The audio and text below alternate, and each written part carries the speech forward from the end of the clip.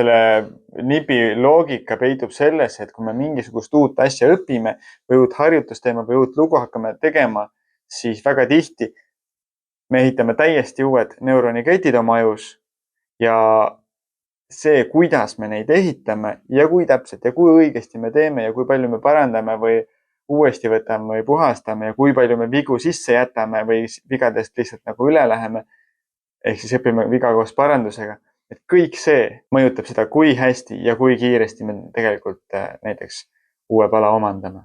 Ja no muidugi sellist asja on lihtsam seletada läbi lõbusa loo, lõbusa näite ja seda kohe teemegi. Kujuta ette, sa oled ühe mäe otsas ja hakkad siit niimoodi alla sõitma. Noh, teen siia kõrvale ka, et siin ja hakkad siit sõitma mäest alla. Aga nüüd vaatame nagu eest vaates. No muidugi on vaja selle jaoks ühte kelku ka, võtame kelgu.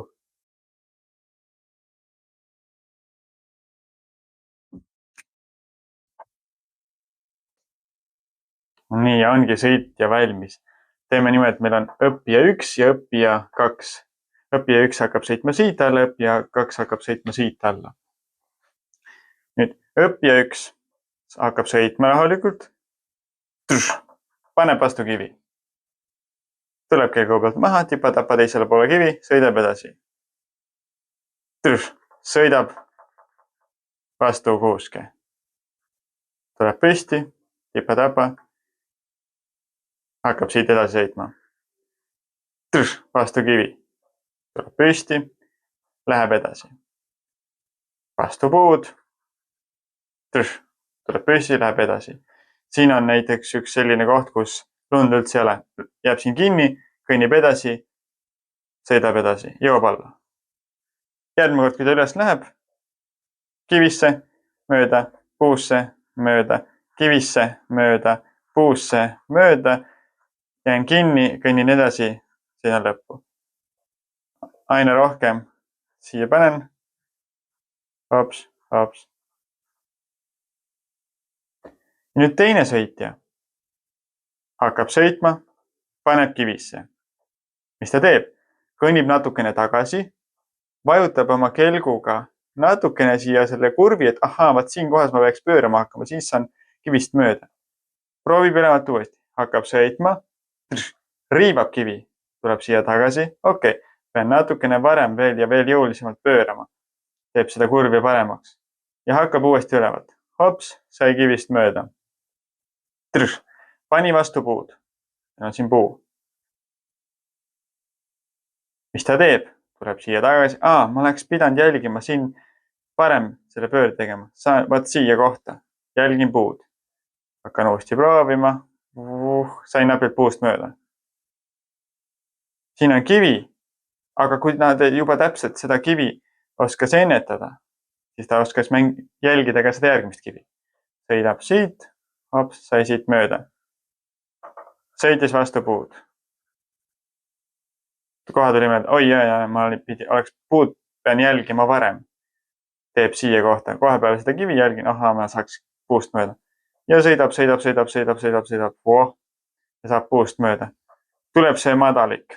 See koht, kus lund ei ole. Jäi kinni, kõnnib tagasi.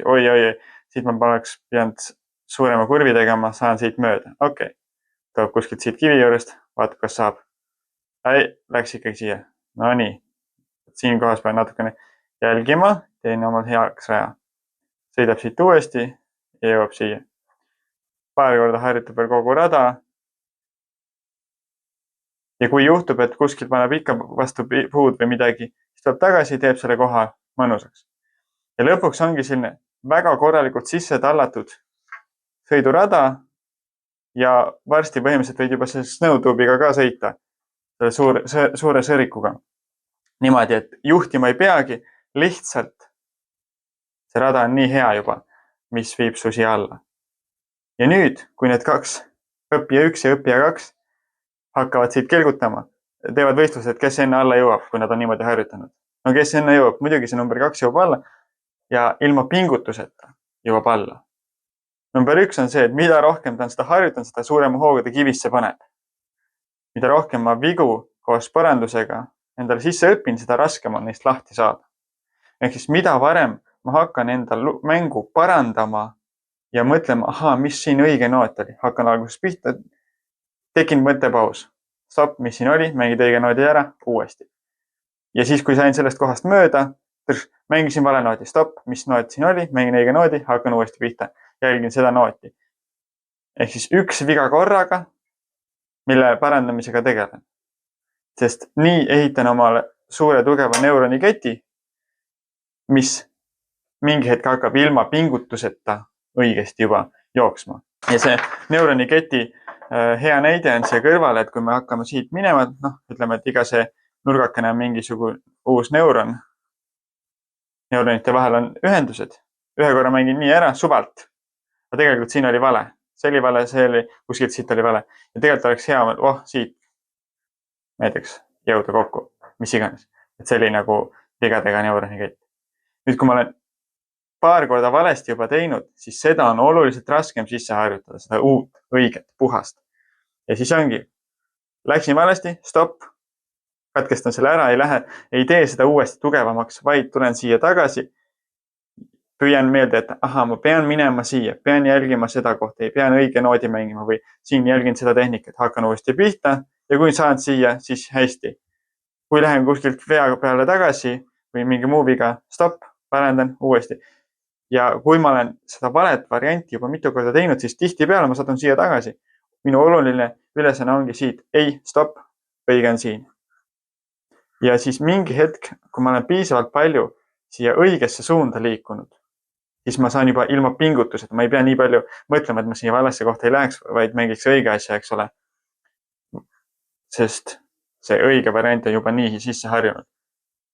Ja lugusid harjutame ka nii, et puhas variant on see, millega ma rahul jään. Kui ma teen vea, siis ma parandan ja võtan uuesti.